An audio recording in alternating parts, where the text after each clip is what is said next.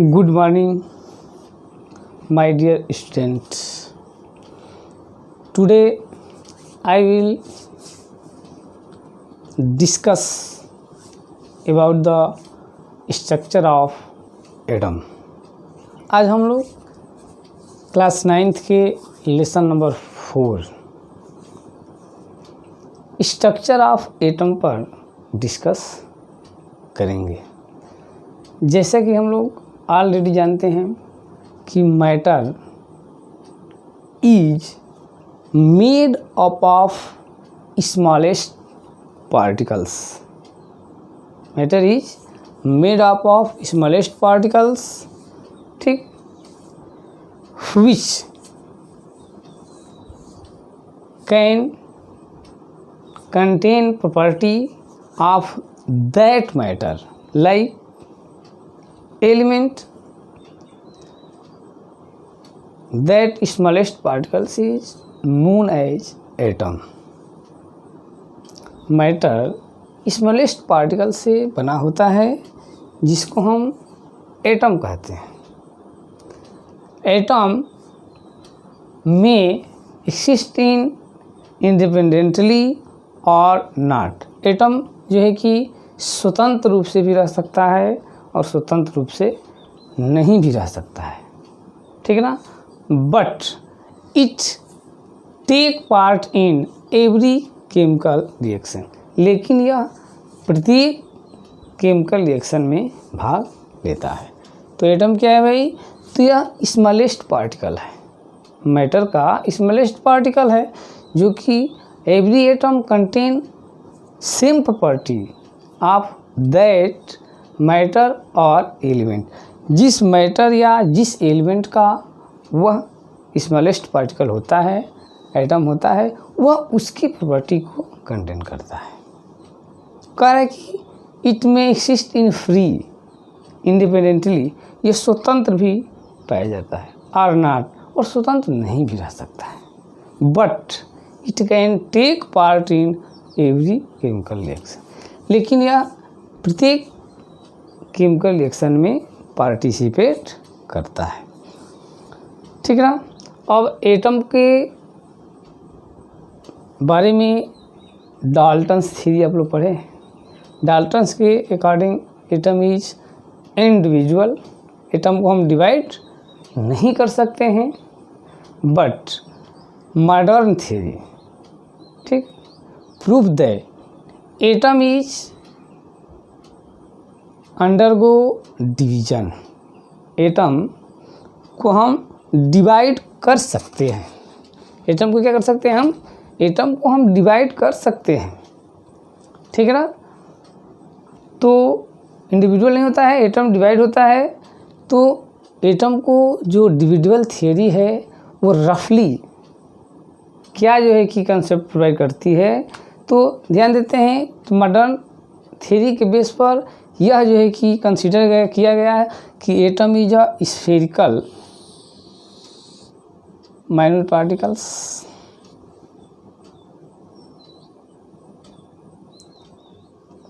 It consist to part और smallest positively part nucleus and other empty place around nucleus that is known as orbit, ठीक है।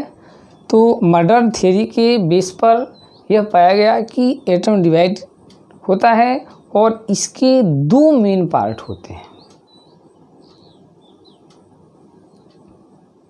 कौन कौन से part?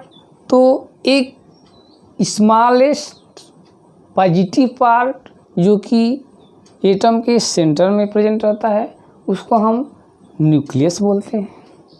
और एक दूसरा जो कि इसके न्यूक्लियस के चारों ओर एम्प्टी प्लेस होता है, जिसको कि हम बोलते हैं, जो जिसमें कि डिफरेंट एनर्जी लेवल के सेल होते हैं, जिसको बोलते हैं ऑर्बिट।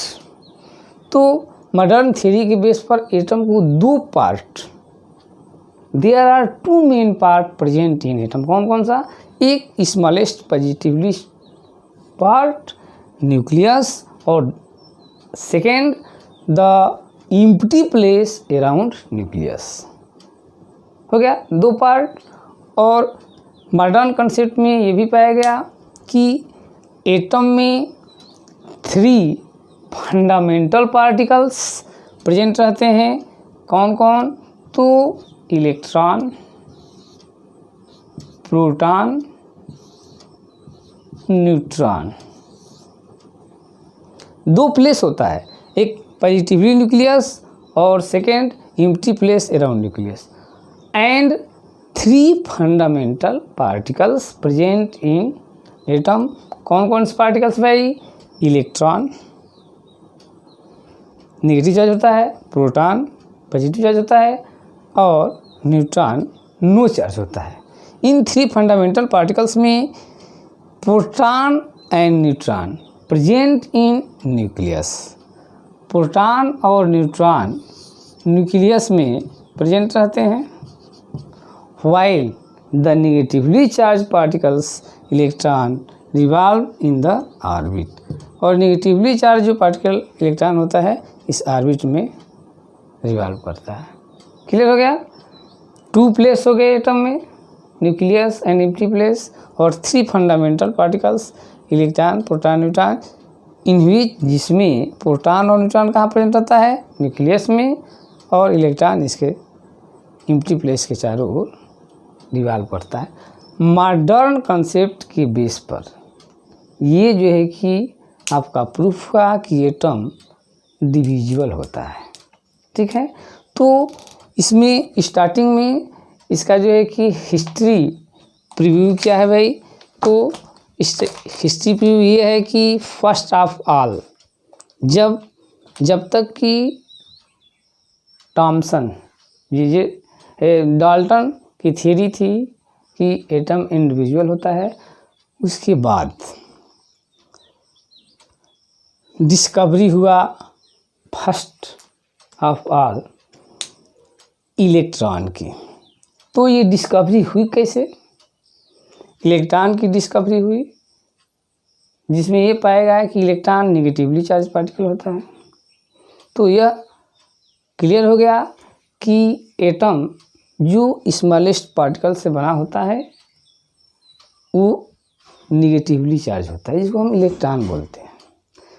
यह कंफर्म हो गया कि एटम के अंदर 1 आपका फंडामेंटल पार्टिकल इलेक्ट्रॉन होता है जो कि नेगेटिवली चार्ज होता है।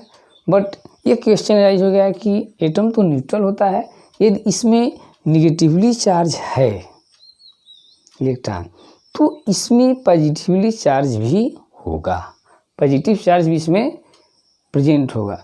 तो उसके लिए अब प्रोटॉन की डिस्कवरी हुई। ठीक है, तो इलेक्ट्रॉन की डिस्कवरी और प्रोटॉन की डिस्कवरी हो गई, तो एटम का न्यूट्रल कंसेप्ट क्लियर हो गया। बट ये भी देखा गया कि एटम का मास जो होता है, जो इलेक्ट्रॉन और प्रोटॉन को ऐड करने पर जो मास आता है, उस मास में जो एक्चुअल मास है उसमें डिफरेंस होता है। चार्ज तो मिल गया, न्यूट्रल है प्रोटॉन और इलेक्ट्रॉन का, बट ये देखा गया कि मास जो हम निकाल रहे हैं electron, mass of electron plus mass of proton equal actual mass of atom, but ऐसा नहीं, डिफर था। एक्चुअल मास अधिक था और इलेक्ट्रॉन प्रोटॉन का मास ऐड करने पर कुछ दूसरा होता था। तो मास में डिफरेंसेज आया, तो उसके बाद यह पाएगा कि नहीं, एक और भी इसमें न्यूट्रल पार्टिकल होता है जिसको हम बोलते हैं न्यूट्रॉन। तो आफ्टर दैट डिस्कवरी हो गई न्यूट्रॉन की। ठीक है ना, तो न्यूट्रॉन की डिस्कवरी हुई तो हो गए, इसकी डिस्कवरी हुई, इलेक्ट्रॉन की डिस्कवरी हुई, प्रोटॉन की डिस्कवरी हुई और न्यूट्रॉन की डिस्कवरी हुई। तो इस डिस्कवरी में जो है कि कैसे डिस्कवरी हुई इसके बारे में जो है कि आप लोगों को कंसेप्ट जो है कि बताया जाएगा। तो विलियम क्रुक्स एक साइंटिस्ट थे, उनका नाम था विलियम क्रुक्स। पहले हम डिस्कवरी ऑफ इलेक्ट्रॉन के बारे में जो है कि स्टडी करेंगे। तो साइंटिस्ट थे आपके विलियम क्रुक्स,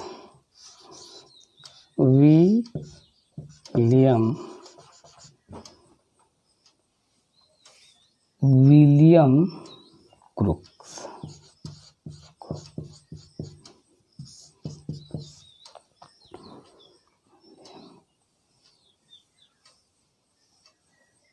हाँ, ये क्या किए कि ऐसा एक ट्यूब लिए, इसको बोलते हैं डिस्चार्ज ट्यूब। इसमें गैस जो है कि फिलअप कर दिया गया और इसको हाई वोल्टेज प्रोड्यूस करा गया। कितना? 10,000 वोल्ट इलेक्ट्रिसिटी पास की गई। तो इसमें किसी तरह का एक्टिविटी शो नहीं हुई, इसमें इलेक्ट्रिसिटी पास ही नहीं हुई। डिस्चार्ज में क्या किया गया? तो प्रेशर को लो कर दिया गया, प्रेशर को वेरी लो। कितना कर दिया गया भाई? तो प्रेशर जो है इसको वैक्यूम से प्रेशर को लो करके कर दिया गया 0.01।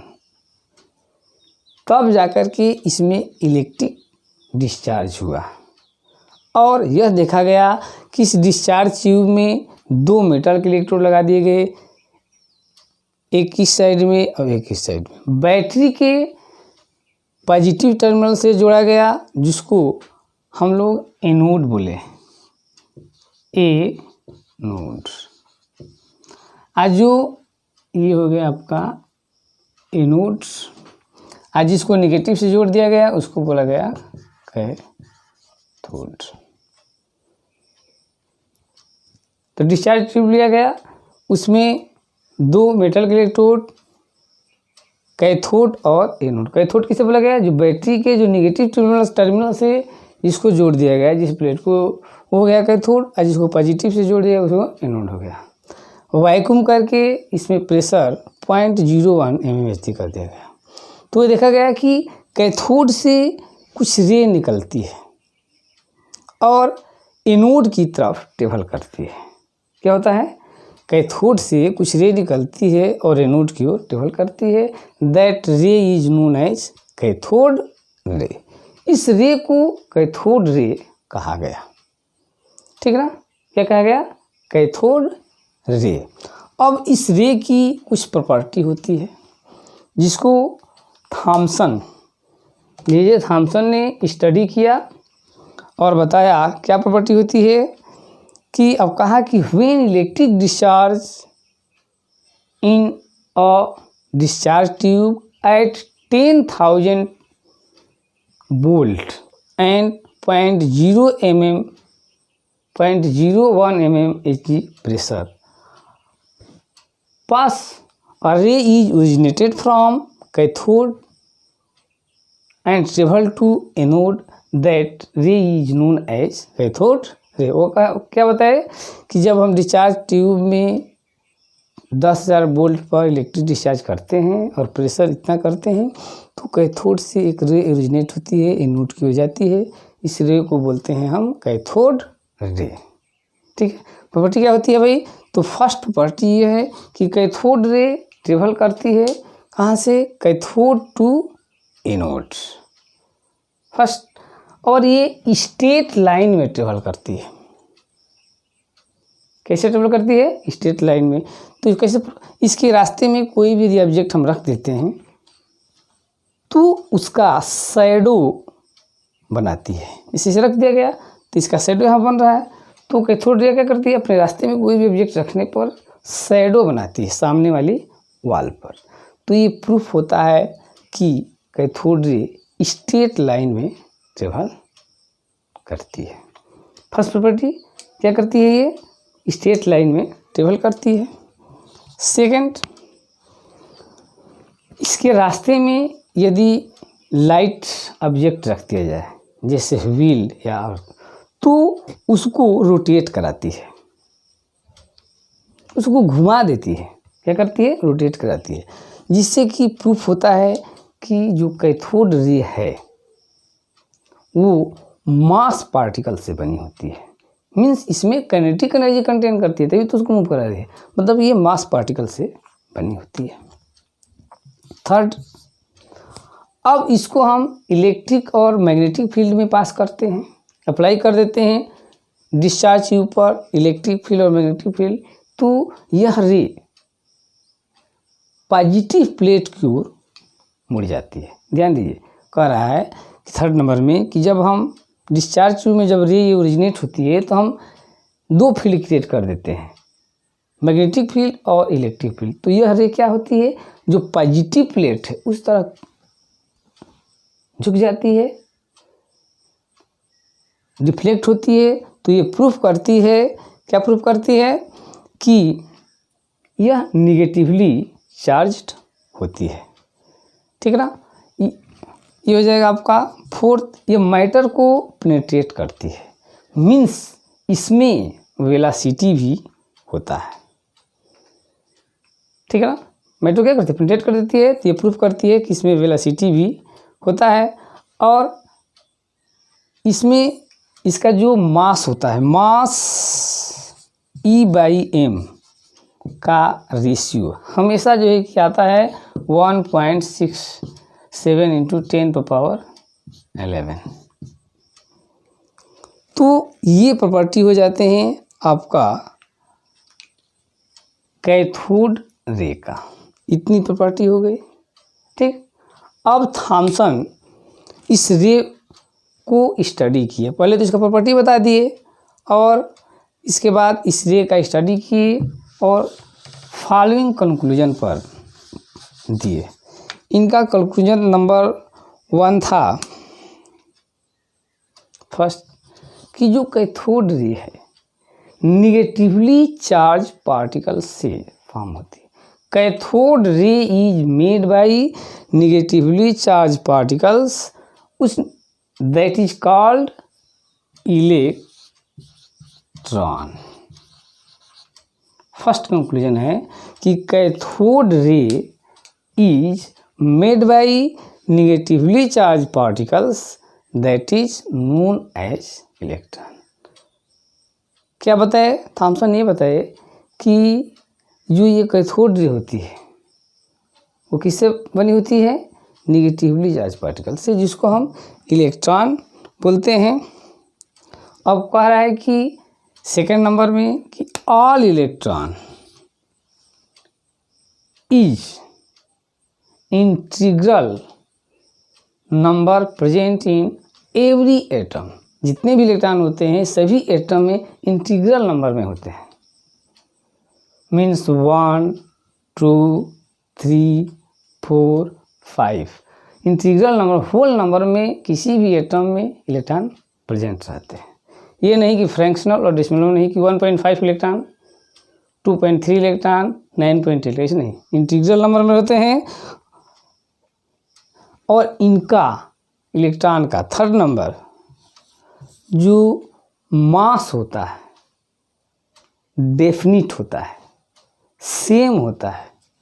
सभी एलिमेंट के एटम में इलेक्ट्रॉन का जो प्रॉपर्टी होती है सभी में क्या होती है, सेम होती है। तो ये 3 कंक्लूजन की कैथोड रे होती है वो निगेटिवली चार्ज पार्टिकल से फॉर्म होती है, जिसको हम क्या बोलते हैं, इलेक्ट्रॉन बोलते हैं। और इलेक्ट्रॉन जो है कि इंटीग्रल नंबर में प्रेजेंट रहता है एटम में। ठीक है, और सभी जितने भी एलिमेंट है मैटर है सब में जो इलेक्ट्रॉन होता है उसकी प्रॉपर्टी सेम होती है। ठीक है ना, अब ये कंक्लूजन था किसका, रदरफोर्ड का, थॉमसन का कंक्लूजन था।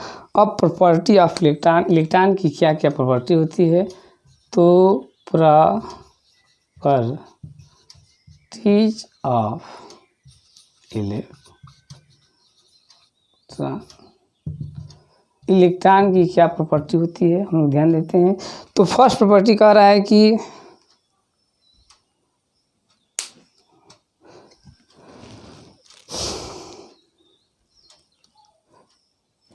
जितने भी सोर्स से इलेक्ट्रॉन ऑब्टेन किए जाते हैं, जितने भी डिफरेंट टाइप के मैटर से एलिमेंट्स, वो सब में जो इलेक्ट्रॉन पाए जाते हैं वो इलेक्ट्रॉन आइडेंटिकल होते हैं।